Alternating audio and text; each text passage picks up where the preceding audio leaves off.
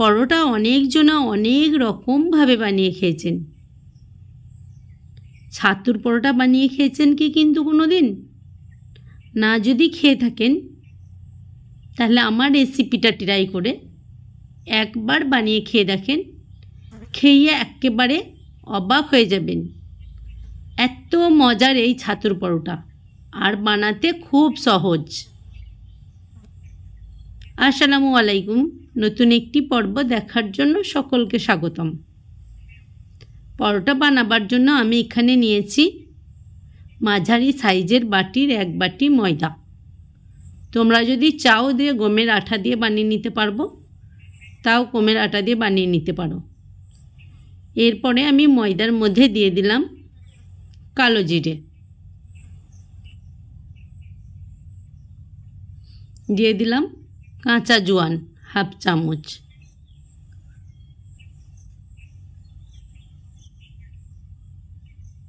আর নিয়েছি পরিমাণ মতো নুন। দিয়ে সব শুকনো উপকরণগুলো চামচের সাহায্যে মিশিয়ে নেব।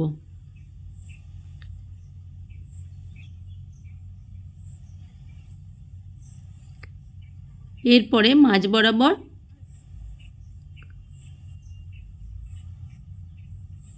আটার মধ্যে আমি দিয়ে দেব হালকা কুসুম গরম পানি আর রান্নার রেগুলার তেল 2 থেকে 3 চামচের মতো। ঠিক এইভাবে চামচের সাহায্যে আটাটাকে মিশিয়ে নেব। পানিটা কিন্তু খুবই গরম, তাই আমি চামচের সাহায্যে মিশিয়ে নিচ্ছি। এরপরে হাত দিয়ে মেখে একটা ডো তৈরি করে নিতে হবে।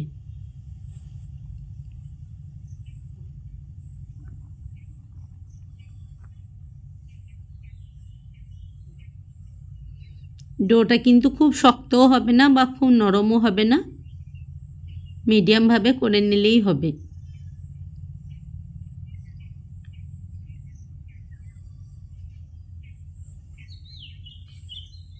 এরপরে ঢাকা চাপা দিয়ে রেখে দেব 10 থেকে 15 মিনিটের মতো। হাতে একটু তেল লাগিয়ে সুন্দর করে আটার মধ্যে বুলিয়ে ঢাকা চাপা দিয়ে রেখে দিতে হবে। এদিকে আমি ছাতুর পুরটা রেডি করে নেব। তার জন্য আমি এখানে নিয়ে নিয়েছি ছাতু 3 থেকে 4 চামচের মতো। দিয়ে দিলাম 1/2 চামচের মতো গুঁড়ো চিনি। চিনিটা আমি গুঁড়ো করে নিয়েছিলাম, তোমরা চাইলে গোটা চিনিও দিতে পারো। আর দিয়ে দিলাম 1 চিমটি লবণ, 1/2 চামচের মতো কাঁচা জিরে, কালো জিরে 1/2 চামচের মতো, জিরের গুঁড়ো 1/2 চামচের মতো দিয়ে শুকনো উপকরণগুলো মিশিয়ে নেব। এরপরে এর মধ্যে মিশিয়ে দেবো আমি কাঁচা লঙ্কা আর পেঁয়াজ কোচানো। এখানে আমি একটা পেঁয়াজ নিয়েছি, যে কুচিয়ে নিয়েছি। পেঁয়াজটা দেওয়ার সময় একটু হাতে করে চটকে দিলেই হবে। আর নিয়েছি আমি 1 টুকরো লেবু, রসটা চিপে দিয়ে দেবো। দিয়ে ভালো করে মিশিয়ে নেব।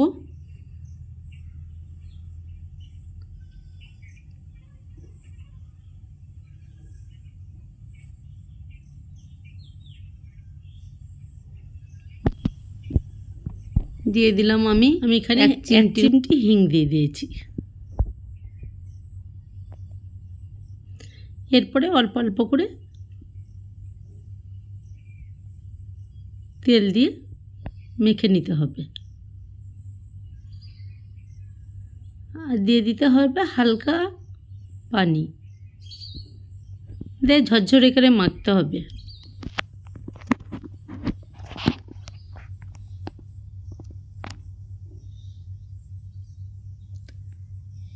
যখন দেখবে যে মাখতে মাখতে ডোটা একেবারে ঝরঝরে হয়ে গেছে বা মুঠোর মধ্যে মুঠো বাঁধা হচ্ছে হাতের মধ্যে, তাহলে জানবে যে পুরটা একদম পারফেক্ট রেডি হয়েছে। এরপরে আমি ময়দাটা নিয়ে চলে এসেছি।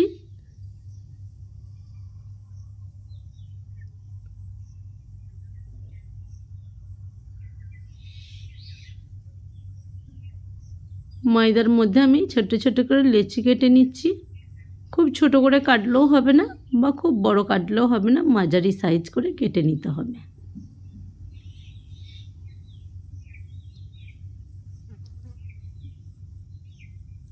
লেচিগুলো কাটা হয়ে গেছে, আর এরপরে হাত দিয়ে গোল করে শেপ করে নেব।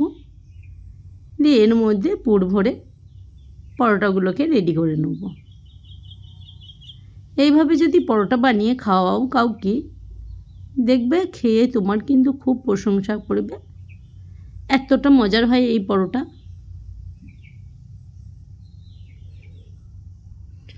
আর খেতে খুবই ভালো লাগে।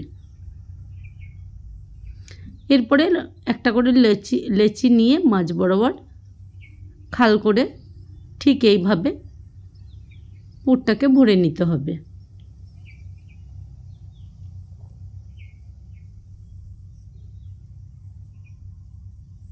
পুর ভরে নিয়ে সুন্দর করে একটা করে শেপ দিয়ে নিয়ে বেলে নিলেই রেডি হয়ে যাবে পরোটাগুলো।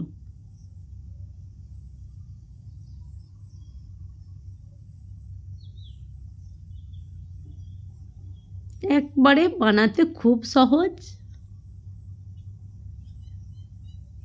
আর খেতে কিন্তু দুর্দান্ত মজার হয়।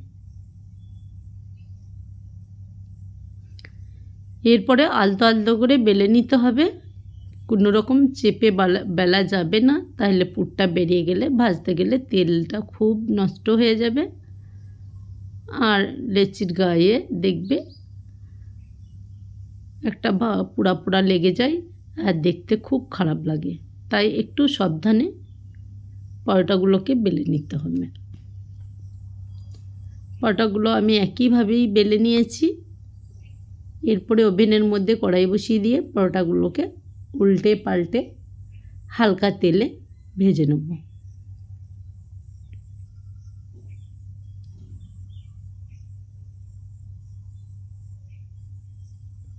এই পরোটা সন্ধে চায়ের সাথে বা 10টার জলখাবারে রাখতে পারো।